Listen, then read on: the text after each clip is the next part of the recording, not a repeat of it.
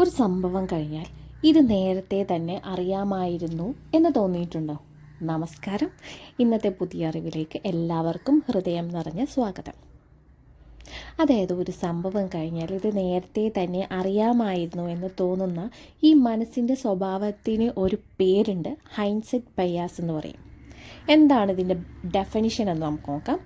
ഒരു സംഭവം കഴിഞ്ഞതിന് ശേഷം ഇത് സംഭവിക്കുമെന്ന് എനിക്ക് നേരത്തെ തന്നെ അറിയാമായിരുന്നു എന്ന് തോന്നുന്നതാണ് ഹൈൻഡ്സൈറ്റ് ബയാസ് എന്ന് പറയുന്നത്. യഥാർത്ഥത്തിൽ സംഭവം നടക്കുന്നതിന് മുമ്പ് നമുക്ക് ഉറപ്പില്ലായിരുന്നു, പക്ഷേ ഫലം അറിഞ്ഞതിന് ശേഷം അത് വളരെ വ്യക്തമായിരുന്നുവെന്ന് മനസ്സ് വിശ്വസിക്കുന്നു. എക്സാമ്പിൾ പറയാം.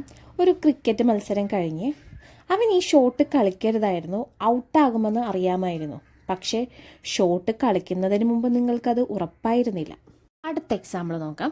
പരീക്ഷ കഴിഞ്ഞ് ഈ ചോദ്യമാണ് വരാൻ പോകുന്നതെന്ന് എനിക്കറിയാമായിരുന്നു എന്ന് പലരും പറഞ്ഞിട്ടുണ്ടാവും. എങ്കിൽ എന്തുകൊണ്ട് അതിന് കൂടുതൽ തയ്യാറായില്ല?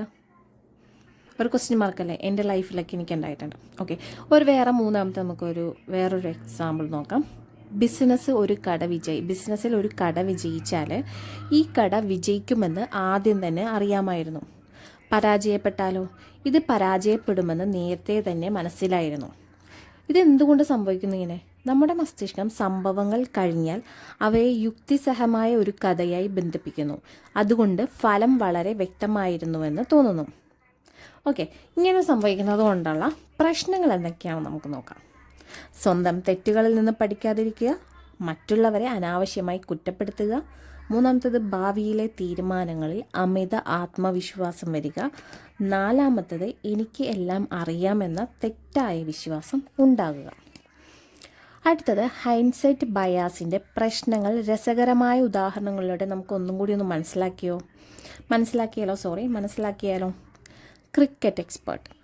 ഇന്ത്യ ഒരു മത്സരം തോറ്റു. മത്സരം കഴിഞ്ഞ ഉടൻ രാജേഷ് പറഞ്ഞു, ഞാൻ ആദ്യം തന്നെ പറഞ്ഞതല്ലേ ആ ബാറ്റ്സ്മാനെ ഇറക്കരുതായിരുന്നു. അപ്പോൾ കൂട്ടുകാരൻ ചോദിച്ചു, മത്സരം തുടങ്ങുന്നതിന് മുമ്പ് നീ ആരാണ് ജയിക്കുമെന്ന് പറഞ്ഞത്? രാജേഷ് ചിരിച്ചു. കാരണം അപ്പോൾ അവൻ പറഞ്ഞത് ആരാ ജയിക്കുന്നതെന്ന് പറയാൻ പറ്റില്ല എന്നായിരുന്നു. ഇതാണ് ഹൈൻഡ്സൈറ്റ് ബയാസിൻ്റെ ഫലം അറിഞ്ഞ ശേഷം ഇത് എനിക്ക് നേരത്തെ അറിയാമായിരുന്നു എന്ന് തോന്നുന്നത്. രണ്ടാമത്തെ സ്റ്റോറി നമുക്ക് നോക്കാം. പരീക്ഷയിലെ ടോപ്പർ. പരീക്ഷ കഴിഞ്ഞപ്പോൾ ഒരു വിദ്യാർത്ഥി പറഞ്ഞു, ഈ ചോദ്യം തന്നെയാകും വരിക എന്ന് എനിക്ക് അറിയാമായിരുന്നു. അധ്യാപകൻ ചോദിച്ചു, അങ്ങനെയെങ്കിൽ അതിൻ്റെ ഉത്തരം എന്തിന് പകുതി മാത്രം എഴുതിയത്? അവൻ നിശബ്ദനായി. യഥാർത്ഥത്തിൽ അറിഞ്ഞിരുന്നില്ല, പക്ഷേ ഫലം കണ്ട ശേഷം അങ്ങനെ തോന്നി.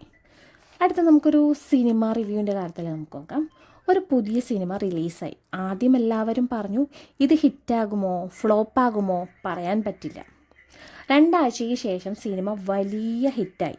അതേ ആളുകൾ പറഞ്ഞു, ട്രെയിലർ കണ്ടപ്പോഴേ മനസ്സിലായിരുന്നു ഇത് സൂപ്പർ ഹിറ്റാകുമെന്ന്. ഇതും ഹൈൻഡ്സൈറ്റ് ബയാസ് തന്നെ. ഓക്കെ, ഹൈൻഡ്സൈറ്റ് ബയാസിൻ്റെ പ്രധാന പ്രശ്നങ്ങൾ അപ്പോൾ നമുക്കൊന്ന് നോക്കാം. തെറ്റുകളിൽ നിന്ന് പഠിക്കില്ല. നമുക്കൊന്നും കൂടി വിശകലനം ചെയ്യാം. എനിക്കറിയാമായിരുന്നു എന്ന് കരുതുമ്പോൾ എന്താണ് തെറ്റ് സംഭവിച്ചതെന്ന് വിശകലനം ചെയ്യാൻ നമ്മൾ ശ്രമിക്കില്ല. മറ്റുള്ളവരെ എളുപ്പത്തിൽ കുറ്റപ്പെടുത്തും. അവൻ അത് ചെയ്തില്ലേ, എനിക്ക് ആദ്യം തന്നെ അറിയാമായിരുന്നു ഇത് പാളുമെന്ന്. പക്ഷേ ആ സമയത്ത് തീരുമാനമെടുക്കുമ്പോൾ അവസ്ഥ അത്ര ലളിതമായിരുന്നില്ല. മൂന്നാമത്തത് അമിത ആത്മവിശ്വാസം വരും. എൻ്റെ പ്രവചനങ്ങൾ എല്ലാം ശരിയാണ്, ഇങ്ങനെ വിശ്വസിച്ചാൽ പിന്നീട് വലിയ തെറ്റായ തീരുമാനങ്ങൾ എടുക്കാൻ സാധ്യത കൂടും. അപ്പം ഇതെങ്ങനെ ഒഴിവാക്കാൻ പറ്റും നമുക്ക് നോക്കാം. തീരുമാനമെടുക്കുന്നതിന് മുമ്പ് നിങ്ങളുടെ ചിന്തകൾ എഴുതി വയ്ക്കുക. രണ്ടാമത്തത് ഫലം കണ്ട ശേഷം മാത്രം വിധി പറയാതിരിക്കുക. മൂന്നാമത്തത് അപ്പോൾ എനിക്ക് ശരിക്കും എന്താണ് അറിയാമായിരുന്നത് എന്ന് സ്വയം ചോദിക്കുക. നാലാമത്തത് തെറ്റുകൾ പഠനാവസരമായി കാണുക.